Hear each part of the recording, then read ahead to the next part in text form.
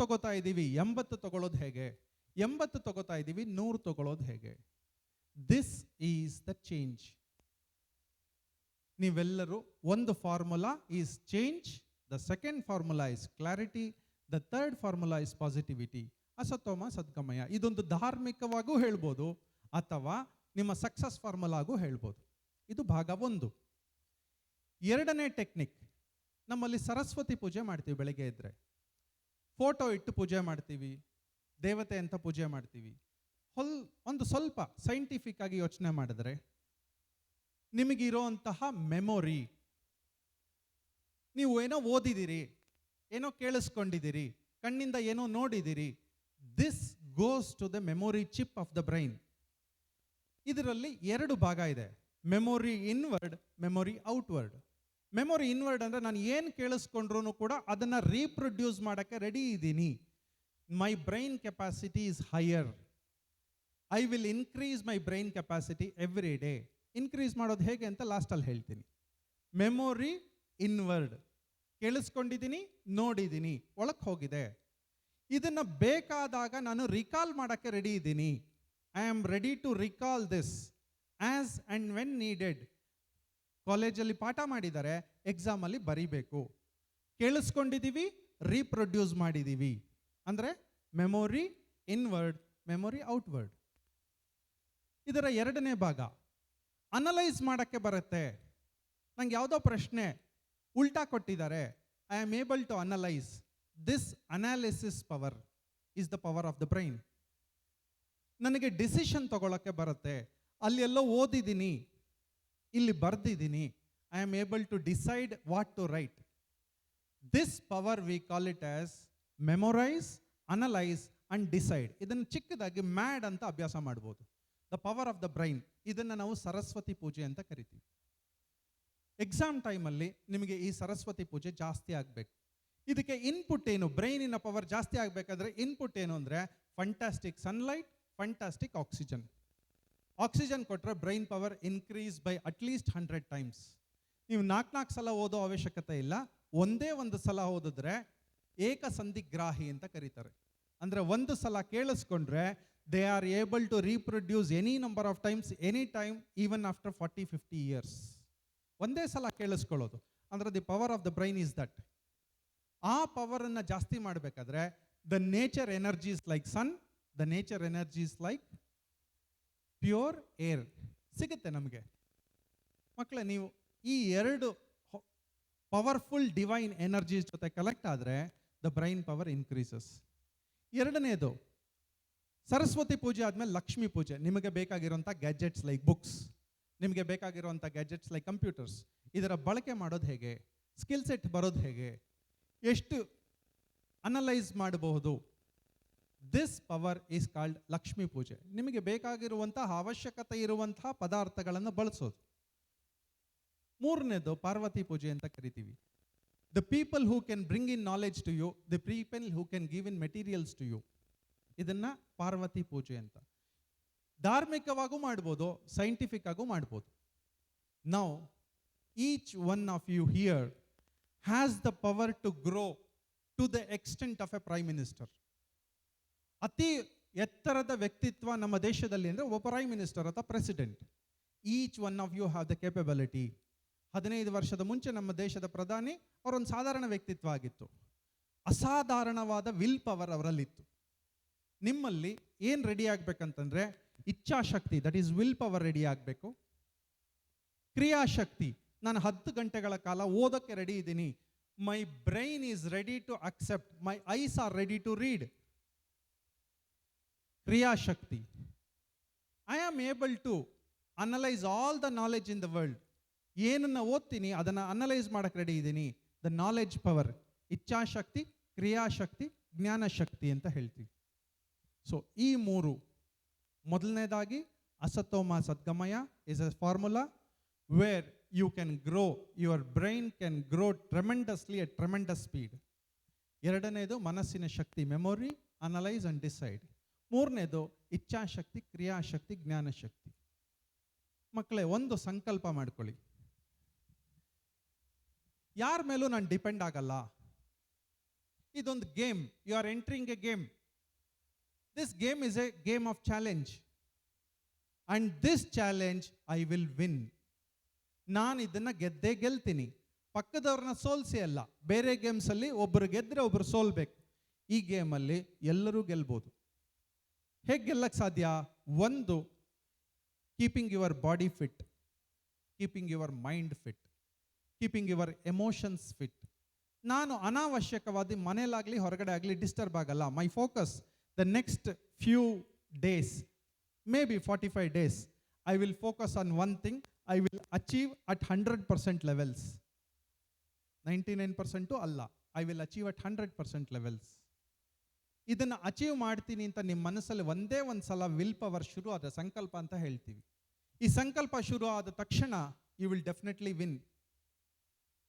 Indian citizens are called as multitaskers, the best multitaskers of the world. ಬೇರೆ ಯಾವುದೇ ದೇಶದಲ್ಲಿ ಅವರ ಫೋಕಸ್ ಒಂದೇ ಇರುತ್ತೆ. ನಮಗೆ ಡಿಸ್ಟ್ರಾಕ್ಟೆಡ್ ಫೋಕಸ್ ಇದ್ರೂ ಕೂಡ you are the best multitaskers of the world. You can concentrate on 1 subject, 2 subjects, 3 subjects, 4 subjects continuously, consistently. My dear children, I will end this session here. Keep your body fit, mind fit, and emotions fit. ನಿಮ್ಮೆಲ್ಲರಿಗೂ ಒಳ್ಳೆಯದಾಗಲಿ. ಈ neat ಅಥವಾ CT is not just an examination for you, it's a beautiful challenge for you. ಇಷ್ಟು ಲಕ್ಷ ಜನರ ಮಧ್ಯದಲ್ಲಿ ನೀವು ಎದ್ದು ನಿಂತ್ಕೋಬೇಕು, ನೀವು 100% ಅಚೀವ್ ಮಾಡಬೇಕು. It is possible. You don't have any opponent in this. With this, I wish you all success, and I wish to see you the best performer, and with the help of the training sessions of Murali and his team, I hope you will do the best. Thank you so much. ನಮ್ಮ ಆತ್ಮೀಯ ವಿದ್ಯಾರ್ಥಿಗಳಿಗೆ ಪರೀಕ್ಷೆಯನ್ನು ಯಾವ ದೃಷ್ಟಿಯಲ್ಲಿ ಸ್ವೀಕರಿಸಬೇಕು, ಅದನ್ನು ಹೇಗೆ ನಾವು ಎದುರಿಸಬೇಕು ಅನ್ನೋದನ್ನು ತುಂಬ ಅದ್ಭುತವಾಗಿ, ತುಂಬ ಸಿಂಪಲ್ ಆಗಿ, ಹಾಗೆ ಈ ಪರೀಕ್ಷೆ ಮಾತ್ರ ಅಲ್ಲ, ಒಂದು ಮಾನವರಾಗಿ ಹೇಗೆ ನಾವು ನಮ್ಮ ಜೀವನವನ್ನು ಮುನ್ನಡೆಸ್ಕೊಂಡು ಹೋಗುವಂತಹ ಶಕ್ತಿಯನ್ನು ಪಡ್ಕೋಬೇಕು ಅನ್ನೋದ್ರ ಬಗ್ಗೆ ಅತ್ಯದ್ಭುತವಾದಂಗೆ ಮಾರ್ಗದರ್ಶನ ನೀಡಿದಂತಹ ಶ್ರೀಯುತ ಶ್ರೀಹರಿ ಅವರಿಗೆ ಪಾದಾರವಿಂದಕ್ಕೆ ನಮಸ್ಕರಿಸ್ತಾ ನಮ್ಮ ಕಾರ್ಯಕ್ರಮವನ್ನು ಮುಂದುವರಿಸ್ತಾ ಇದ್ದೀವಿ. ಈಗ ಸೂಪರ್ 30 ಅಂತ ಒಂದು ಸಂಸ್ಥೆ ಬಿಹಾರಲ್ಲಿದೆ. ಈ ಸೂಪರ್ 30 ಅನ್ನೋ ಸಂಸ್ಥೆ ಬಿಹಾರ್ನಲ್ಲಿ ಏನು ಮಾಡುತ್ತೆ ಅಂತಂದರೆ, ಭಾರತದ ಎಲ್ಲ ಕಡೆಗಳಿಂದ ಟ್ಯಾಲೆಂಟ್ಸು ಮಕ್ಕಳನ್ನ ಹುಡುಕಿ ಅವ್ರಿಗೆ IASಗೆ ಟ್ರೈನಿಂಗ್ ಕೊಡ್ತಾರೆ. ಇವರು ಕೊಡೋಂತಹ ಟ್ರೈನಿಂಗು ಕೇವಲ 30 ಜನಕ್ಕೆ ಮಾತ್ರ. ಇಲ್ಲಿ ಟ್ರೈನಿಂಗ್ ತಗೊಳ್ಳೋ 30 ಜನವು ವರ್ಷಗಳಿಂದ ಅಷ್ಟು ಜನ IAS ಆಫೀಸರ್ಸ್ ಆಗಿ ಹೊರಗಡೆ ಬರ್ತಾರೆ. ಹಾಗಾದರೆ ಇವ್ರು ಕೊಡೋಂತಹ ಟ್ರೈನಿಂಗು ಅಂಥದ್ದು ಏನಿರುತ್ತೆ?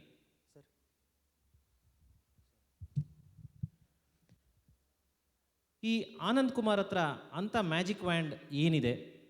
ಇವರು ನಮ್ಮ ಸಂಸ್ಥೆಗೆ ಭೇಟಿ ಕೊಟ್ಟಾಗ ನೀಡಿದಂತಹ 5 ನಿಮಿಷದ ಭಾಷಣದ ಒಂದು ತುಣುಕು, speech of mister Anand from super 30 is here for you. Programme में आए हुए तमाम हमारे मैसूर के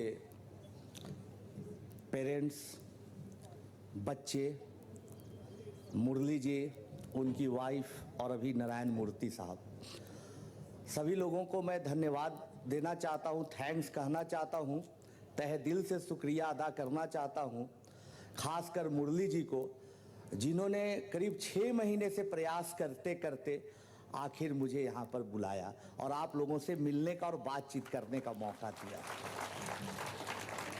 जब मुरली जी ने मुझसे संपर्क किया, कांटेक्ट किया, तो इन्होंने मुझसे कहा कि आपको 16 अगस्त को यहाँ पर आना है और इस तरह का एक फाउंडेशन हम लोग कर रहे हैं। हमारे लिए, मेरे दोस्तों, यहाँ आना बहुत ही कठिन था, क्योंकि कल रात में 9 बजे मैं भोपाल में था। वहाँ के चीफ मिनिस्टर मुझे ऑनर कर रहे थे, एक अवार्ड दे रहे थे। तो उस अवार्ड फंक्शन के बाद भोपाल से यहाँ पहुँचने के लिए रात 12 बजे मैं बॉम्बे पहुँचा। 12 बजे रात में मैं मुश्किल से 2-3 घंटा ही सो पाया होऊंगा कि फिर फ्लाइट लेके बेंगलोर पहुंचा और बेंगलोर से बाई रोड मैसूर पहुंचा, सिर्फ इसलिए कि मुरली जी बहुत अच्छा काम कर रहे हैं आप लोगों के लिए। अब बच्चों, आपको सक्सेस मंत्र मैं दे रहा हूं, बहुत ध्यान से सुनेंगे। क्या है कि चाहे कोई भी फील्ड हो, मेडिकल का हो, आईआईटी का हो, बैंक पीओ का हो, किसी फील्ड का हो, स्पोर्ट्समैन बनने का हो, 4 बातों को अगर आप मानेंगे और इसको प्रैक्टिस में लाएंगे, अभ्यास में लाएंगे, तो मेरा यहाँ पर आना सच में बड़ा अच्छा होगा, सुखद होगा। पहला है ट्रेमेंडस थ्रस्ट, जिसको हिंदी में हम लोग बोलते हैं प्रबल प्यास। प्यास होनी चाहिए।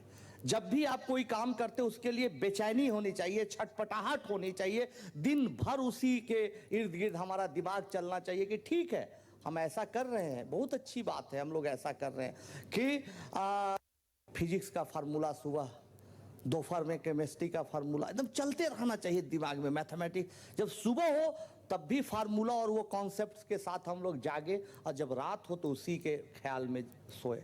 याद रखना मेरे दोस्त, प्यास होनी चाहिए, छटपटाहट। जैसे एक फिश, मछली बिना वाटर के कैसे छटपटाती, वैसे आपको तड़प होना चाहिए अपने टारगेट के लिए, तक पहुंचने के लिए, गोल के लिए। Positive thinking. बहुत सारे बच्चे छोड़ देते हैं सोचना कि अरे आईआईटी हमसे नहीं हो पाएगा, मेडिकल नहीं हो पाएगा, क्यों नहीं हो पाएगा पता नहीं, हम में तो नहीं। अरे ऐसे ऐसे जो भीख मांगने का काम करते हैं, जो सड़क पर सोते हैं, वो आईआईटी जा सकते हैं। बच्चों, तो आपके साथ तो मुरली जी जैसे गाइड हैं, आप क्यों नहीं आईआईटी जा सकते? आपके लिए तो बहुत मामूली बात है। तो हमेशा पॉजिटिव थिंकिंग रखिए। हम बच्चों को दिखाते हैं, कई केस स्टडीज दिखाते हैं, जो सीनियर बच्चे अभी आईआईटी क्वालिफाई करके अच्छे अच्छे जॉब में लग गए, उनको बुला के बात करवाते हैं, उनका पास्ट बताता है, अपना पुराने घर का तस्वीर दिखाता है, और उनमें पॉजिटिव थिंकिंग डालने का हम लोग प्रयास करते हैं। तीसरा, कंटिन्यूअस हार्ड वर्क। हमेशा अभ्यास, मेहनत करते रहे, हारे नहीं। हम लोग इसको हिंदी में बड़ा अच्छा बोलते हैं, अथक प्रयास, बिना थके हुए प्रयास।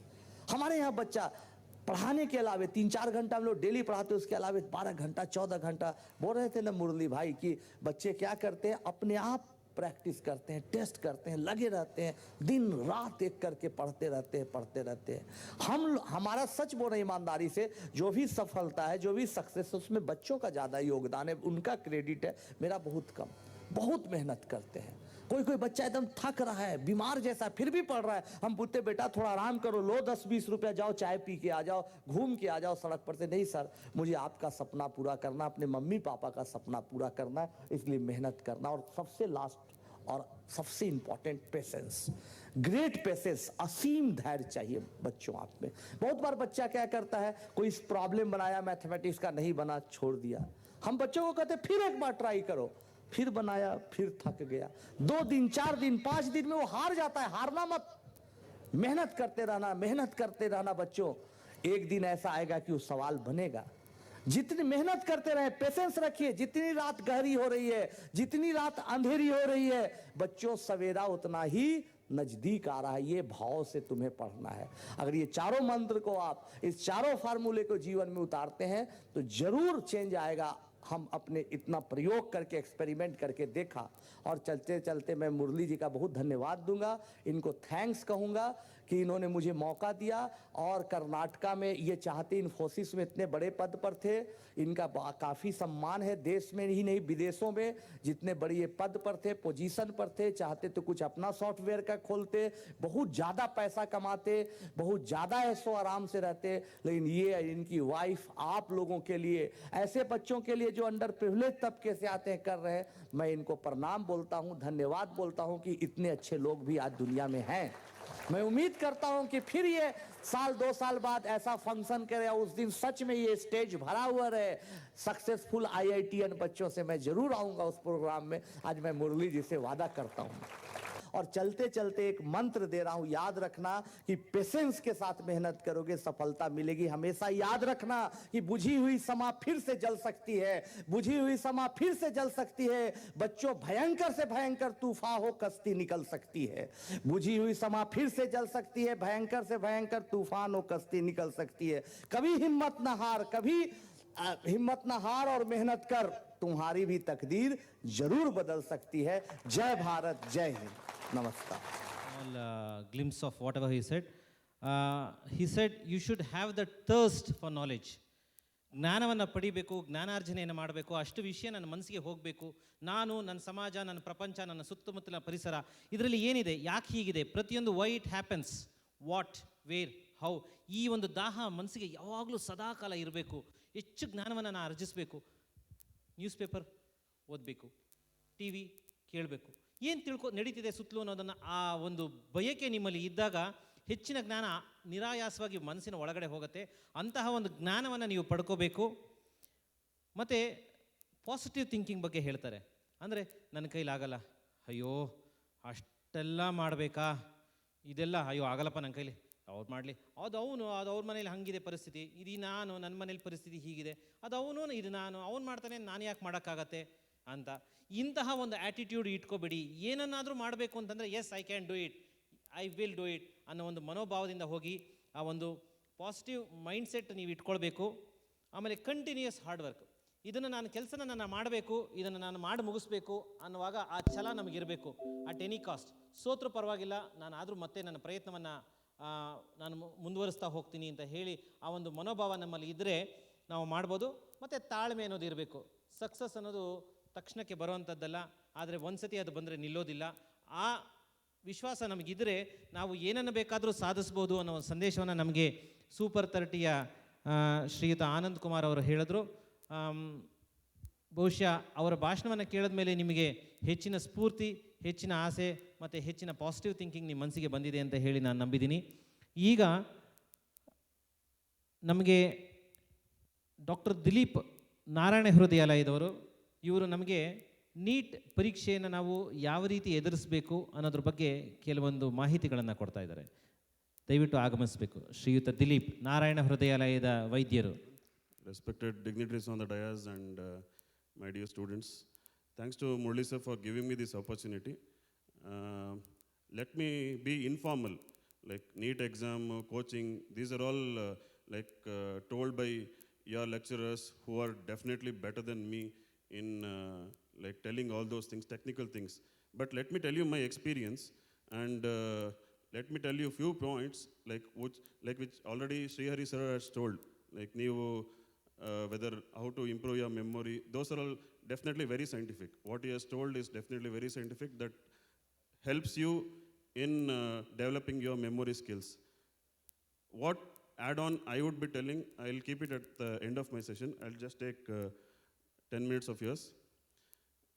I am basically a doctor, but I never intended to be a doctor. Here, Satyaprasad sir, who is the principal of Vijay Vitla College, he has just arrived. He was my lecturer he was my teacher in high school. I never wanted to be a doctor. First, let me tell you that. But I ended up being a doctor, and by God's grace today, I am the head of medical services in Narayana Hridayalaya Mysore unit. And I'll tell you those defining moments which could inspire. Like even I'm basically not from Mysore, but after my PU, I settled in Mysore, thanks to medical graduation. And I never studied throughout my school in a city center. I always studied in either taluk or village centers. When I did my 10th in Nanjangud High School, where I told Satyaprasad sir was my teacher. And after that, when I joined Sadvidya College, I was refused admission in one of the premier colleges here, let me tell you that. I was told to pay a donation, and I didn't want to. So I joined Sadvidya College. That was the first change that happened. And when I joined Sadvidya College, I was like feeling very inferior about myself. The language wasn't good. I had not studied in a very good English medium school throughout my career. So that I realized the importance of language at that point of time. So I just want to know how many of you want to become doctors here? Let me see. Okay, good number. Thank you. 50% of, I can almost take 50%. Language is definitely very important. You should be good in English.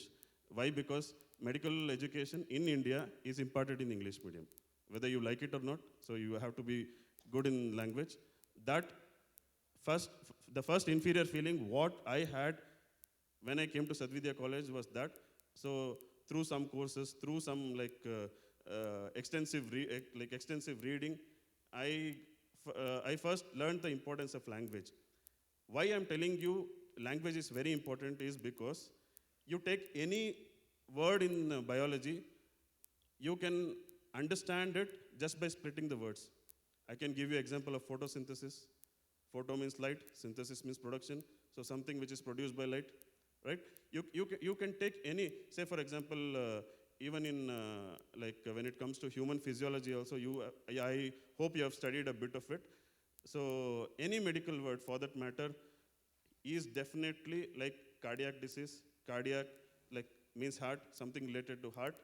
So if you learn to split the words, then your first step in cracking NEET is over. Okay, so there is a misconception among student fraternity that biology is something which you should mug up. It is not. You have to understand. You have to understand what it is. Okay, as I told, if you split the words, you get the meaning of it. Once you understand the meaning, your first step in cracking NEET is over.